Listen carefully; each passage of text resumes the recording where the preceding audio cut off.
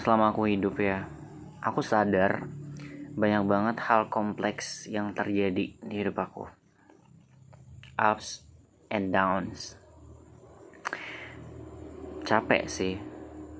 Ya capek banget. Itu benar-benar melelahkan. Hidup yang melelahkan. Tapi dari semua itu, aku juga belajar banyak hal. Dan akhirnya ada dua hal yang bisa aku simpulkan. Dua hal ini tuh yang penting dalam hidup. Nah, yang pertama, ya, aku harus kenali diriku sendiri.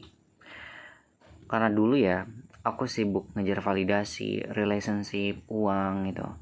Tapi lupa nanya sama diri aku sendiri gitu. Sebenarnya aku siapa gitu. Aku mau apa sebenarnya dalam hidup ini?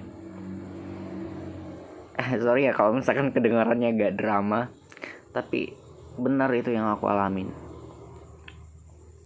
Aku gak kenal sama diri aku sendiri seperti kapal tanpa arah. Cie. Ya gampang kebawa omongan orang lain, kebawa arus, terombang ambing sana sini. Karena kayak ada yang ngasih saran dari sini, oh gue kesana lagi, tiba-tiba ada saran dari sini, gue kesana lagi, terombang ambing. Karena apa? Aku masih belum tahu aku mau apa gitu, aku siapa gitu. Aku nggak tahu tujuan aku apa sebenarnya, seperti apa gitu. Jadi ya itulah efeknya. Dan yang kedua adalah menurutku ya, waktu itu adalah menurutku yang kedua, hargai waktu. Karena menurutku waktu itu tuh aset paling mahal dan adil di dunia. Semua orang dikasih 24 jam. Nah bedanya tergantung dari tujuan masing-masing gitu. Ada yang ngabisin waktu buat scroll tanpa nggak jelas gitu ya.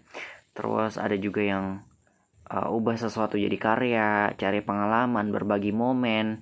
Dan ada juga yang ngabisin waktu itu buat bertahan hidup gitu.